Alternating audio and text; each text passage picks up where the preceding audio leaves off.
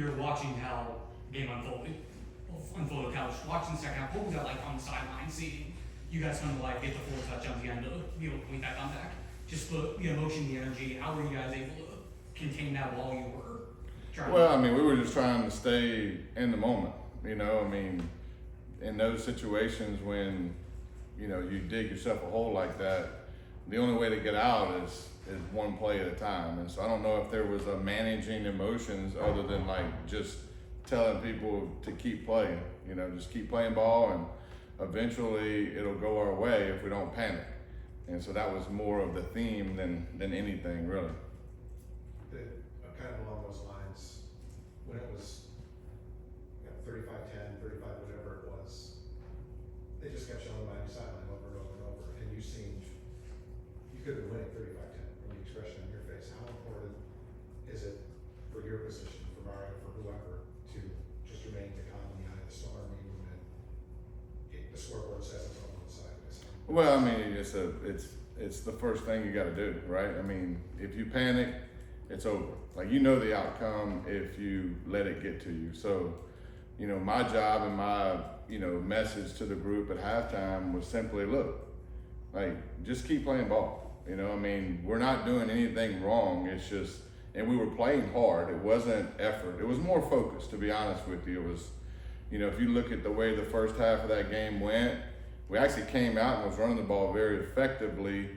We got into some 3rd and 2, 3rd and 3s, which we didn't execute in the first quarter, and they were scoring. And so ultimately, when the game started playing itself out, you know, and then we gave them one, you know, offensively, we gave them one at the beginning of the first half, and then it was like, all right, now we gotta pick up the tempo, we gotta pick up the execution, we gotta maintain the focus. But ultimately, I always viewed it as a possibility because we had plenty of time on the clock. Our defense was getting stops. We just need to put together some drives and make some plays. And so I just kept telling them, keep chopping wood. And I told Cam, keep being Cam. And eventually it'll work out for us. Number one offense in the country, you know, scoring in yards, but always, you know, room for improvement. Just in the back half of the year, what do you want to see from you guys kind of, you know, moving forward these last few games? I just want to keep it going one game at a time. I mean, the ultimate goal is to win the game at the end of the week, regardless of what it looks like.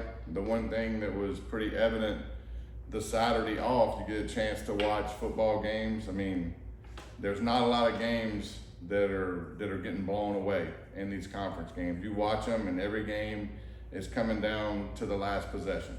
The beginning of the year is a little bit different, right, because of the way the schedule rolls out. But now, you know, these games now, you can almost anticipate that the game's going to be tight and there's going to be 1 or 2 drives, 1 or 2 plays that determine the outcome of the game. We don't know when those are. And so I think overcoming adversity is huge, and we've proven that we can do that and stay in the moment and keep the game small at times. But, you know, we got to do whatever it takes to win by 1 point. And I think that we've proven to do that. We gotta keep focusing on that. Jalen Rivers, Mario said, seemed like he should be back this week. Just what does he bring to the offensive line and the offense overall? I mean steadiness. I mean, Markel's done a great job too. I mean, I think that goes without saying, right? And so bringing a guy in that's played the amount of snaps that he's played, and ultimately everybody trusts him. You know, not that we don't trust other people too, but he's banked a lot of snaps here. His personality is very even keeled too. And so, you know, you have a guy coming back like that, that's awesome. You know, can't wait to get him back. How nice of a problem is it to have at this time of year that there's a lot of guys on offense, and on defense too, but there's a lot of guys who have earned playing time, and that there's a lot of guys who are going to play. Well, I mean, Coach Cristobal made this point early in the week, and it's true. You better be ready, because ultimately, you know, your number is going to be called. I mean, this game is a rough game.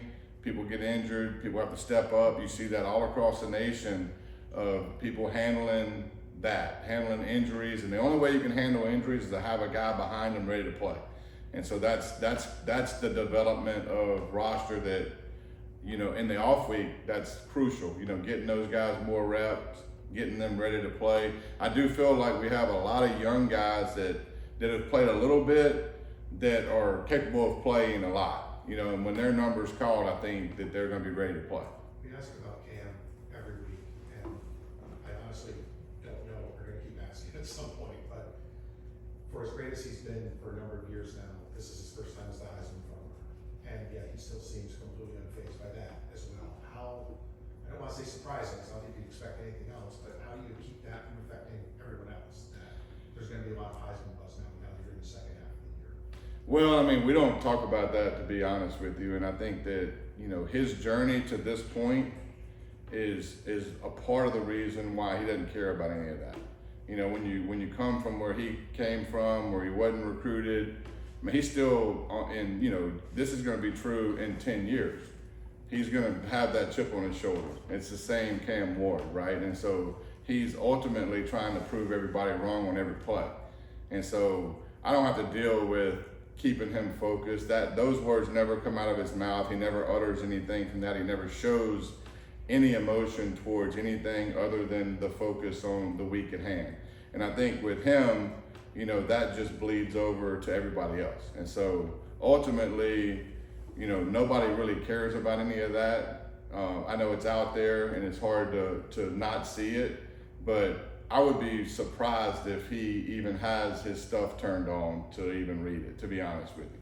I think he's extremely focused on playing the next week, and ultimately that's who we are as an offense, because we know that every game is different. Like, every game is going to be played out different. Like, we're not going to have X all the time, not Xavier, but it's not going to work out certain ways. So we got to just manipulate and find ways to be successful. It was a struggle 2 weeks ago, right? I mean, the first 2 quarters of play, we didn't play very well.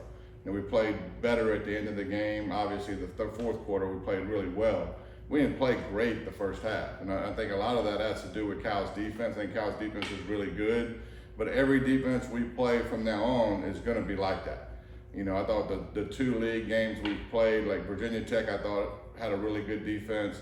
Cal, and I think Louisville's the same. I think their defense is very similar to those 2 guys. So to that end, did the bye week come at the perfect time? And that you can't control it, it comes when it comes, but did it come at a good time to scout and really dig in on what those defenses were able to do? And Yeah, I mean, at this point in the year, I mean, everybody kind of is who they are. You know, there's going to be wrinkles every week, offensively and defensively. That isn't going to change, but the makeup of who you are, if you're good at what you do, is probably going to be there, and you're going to see trends. You're going to see certain things. Now, we did self-scout hard this week and tried to find out if there were any, you know, things that we were doing that was overly percentaged one way or the other. And obviously, you know, I mean, that's what you do in your off week, right? And so it's more about looking at what you're doing and seeing, okay, this is what we're good at, this is what we're not good at. Look at these situations, man, we're really doing this a lot in these situations. So trying to figure out some trends that we can break moving forward. And that gives you a little bit of time in the off week to do that. You don't really have that time in a regular week to look at that kind of stuff. So it was pretty even, to be honest with you. A lot of stuff we looked at was right down the line. So it was good to see, but there was also certain things that we can utilize to our advantage too. With X, we've seen him at big plays late, week after week. The catch and run they had against Cal being the latest, just the reliability that he is, the reliability factor is just how good is that to know that you have a guy like him where when you need a play, Cam just throws it near him and you're probably going to see something happen. Yeah, I mean, he's got a lot of bank reps at making plays in crucial moments. And so I'm kind of like you when you talk about asking questions about Cam, and what else can I say about him? You know, I mean, he's very steady. You know, I don't, like particularly that play, I mean, I don't call a play particularly for people most of the time. I mean, our offense is certain plays and the quarterback reads it and goes through his progression. It just so happened that he was the first read on that play and was wide open, right?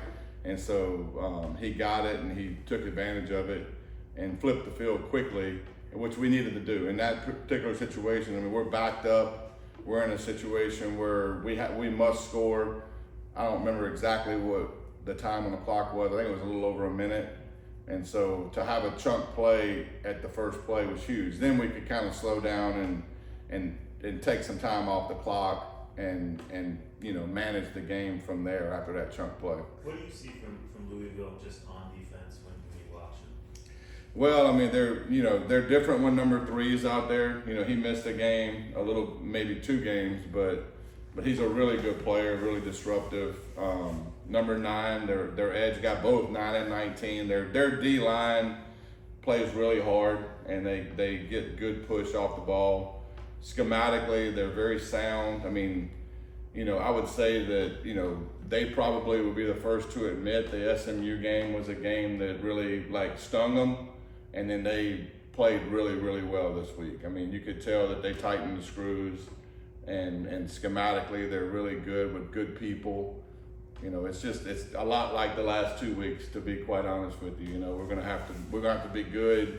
We're gonna have to be good in pass protection. We're gonna have to be good on the edges, and we have to be great in our routes because they cover really well. How much do you watch last year's game too? Do you do that much? Or? Yeah, I watched it at the beginning of the week. I mean, at this point in the year, they do have so many games that they've played this year with the people they're playing with that last year's games are there. I do watch particular games from last year that have some similar carryover, like our game, USC in the bowl game and certain games throughout the course of the year. But everybody evolves a little bit, and so I spend most of my time on the games this year, but I do watch those games, absolutely. Well, because that was a tight game. Very tight. What stood out to you just when you think back to last year's game where the margins were different? Yeah, I mean, we, ultimately in that game, we didn't make plays when it was tight, and we busted some stuff when it was tight that we didn't necessarily have to. And so, I think that route integrity when the game is tight is crucial. Maintaining your composure and doing routinely what you're supposed to do on a play is so important, because ultimately when the game gets tight and the time is down, that's when people try to do too much. So we talk about that a lot offensively. In last year's Louisville game, there were certain plays down at the end where if we just execute routine football plays, we win the game, or we put ourselves in a situation to tie it late. And you never know what happens after that, because they were good on offense too. So it might win to overtime, we might go for 2, I don't know. But ultimately, controlling what we can control on offense, we could have done some things on offense last year to win that game at the end, and we didn't. And so learning from that is crucial, but a lot of that takes care of itself with experience. I mean, you've seen the last 2 weeks where that's been in our favor a little bit when things get tight. We have maintained some route integrity and some things that you need to maintain in those times. It's easy to do it when the game's not on the line. When the game's on the line, it's very important for you to do your job. And we didn't do that last year in a couple of different places. Hey Shannon, when Cam got here, you put a lot of focus on the turnovers. That was, his kind of Achilles heel in the past. And I know you mentioned I think you looked at every single one of them or whatever. With the ones he's had the last couple weeks during this off week, have you had a chance to kind of refocus on that and try to go back to working on eliminating that from his game? It's really the only time he's really failing at anything is when he's had the turnovers. Yeah, I mean, it's an interesting dynamic. I mean, the pick he threw in the Cal game, I mean, I don't think he needed me to tell him that was not good. I think he knows that. And so I try not to point out the obvious. I just try not to, because ultimately that's not helping anybody. My job is to move forward, move forward to the next play. And so pointing out the obvious is something that fans do well. My daughter can point out the obvious, and she's 9 years old. So my job is to focus on, hey, this is what we're going to do moving forward. And so ultimately, we do talk about it in a meeting setting, not necessarily in those situations in the game. So in a meeting setting, we talk about things that can happen to eliminate those, obviously. But, there are certain things that happen in the course of a game that, I love when he scrambles around and makes a big play. I hate when he scrambles around and doesn't, so there's a little bit of a, fine line right there with him that you gotta let Cam play football like Cam plays football, but there are certain things that obviously we want to control to eliminate the big miss, right? Since your 9-year-old isn't here, we'll ask you this then. you're averaging almost 9 yards per play in the fourth quarter. You know, 77-yard play helps the numbers, but it's Yeah. pretty consistent all year. That play counts. It does count. Teams don't do that. Like, is that conditioning? Is it cam? Is it all the above? Well, I mean, I think we've had a couple games where our sense of urgency in the fourth quarter has been really high, you know, and so I think that that's part of it. And he plays pretty well under those conditions, which is another part of it. And everybody around him has performed well. It's ultimately has a lot to do with that. I mean, we've been in situations where in the fourth quarter we needed to pick up the tempo, pick up the pace, and do things in a little bit different way. You know, it really has a lot to do with the flow of the game. You know, I don't want to sit there in certain times at the beginning of games or even in the middle and, you know, and do certain things to put our team in bad situations. I pay close attention to flow of the game. And so, you know, if our defense has played a lot of snaps, that dictates a lot of what I do too offensively, because I'm trying to balance out everything. And so, you know, at the end of games when, hey, it's time to put the pedal down and not worry about anything, you know, then that's probably part of the reason why the fourth quarter has been like it's been. I mean, we've had to go get it. And so, you know, you gotta put the gas pedal down and let it go.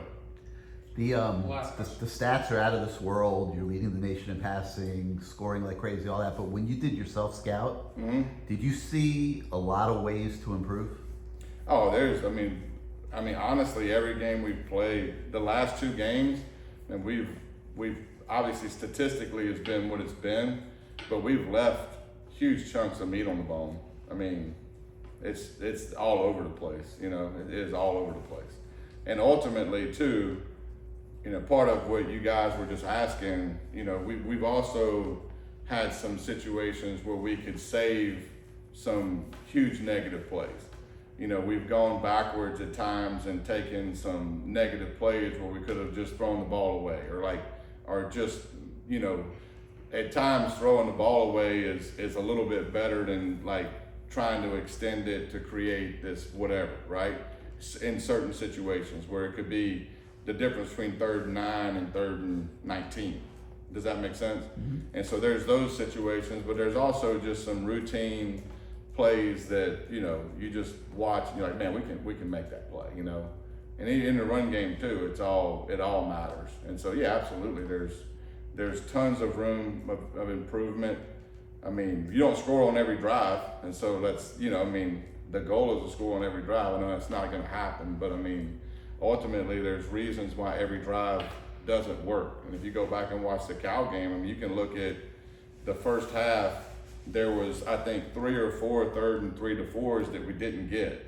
That could have, like, it was routine plays we could have got, right? And so ultimately, those keep the drive going, and those add to plays in the game. I think we ran, I don't know how many plays we ran in the Cal game, but.